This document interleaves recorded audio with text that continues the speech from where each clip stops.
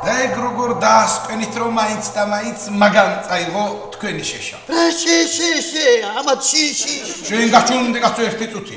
ალბათ ნაფეხურები ნახეთ, ხო? ნაფეხურები. და დეგა.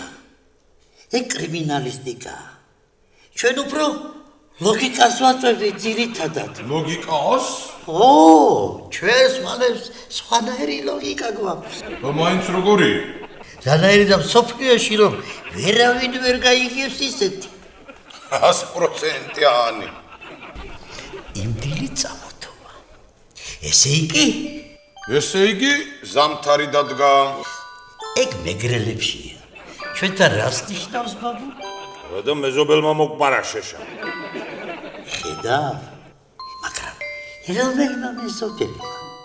რომელმა და რომელზეც შეშა ჰქონდა? გაჩვდი. აქ თავარია, რომ ქარმა დაუბერა დასავლეთიდან. ესე იგი რაო, ბაბუ? რაო და მარჯვენა მხრიდან მოვიდა ეს მეზობელი. და ჩვენს მარჯვნივ ვინ ცხოვრობს? ესა? არა, კაცო, რამ გამოკაშტერა. ეს მდინარის გაღმა ცხოვრობს. ჩვენს მარჯვნივ ხევია. არავინ ცხოვრობს.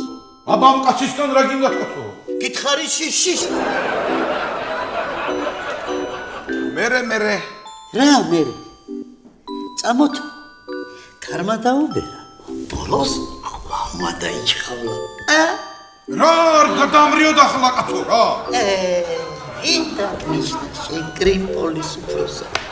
ო, კარი, ყვავი. ესე იგი, ეს იყო. რას გეტყვით იცი პატივცემულო პლატონ და კიდო შენ? კუბდარში ნაკლები კანაფი ჩაყარეთ თუ არა?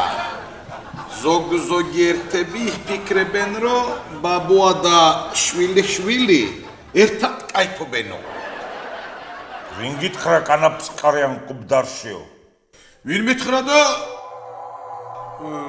ჩიტმა მომიტანა ამბავი. შეშვილო თურმე ჩიტებს ელაპარაკები და ჩვენზეა მოკაიფობენ.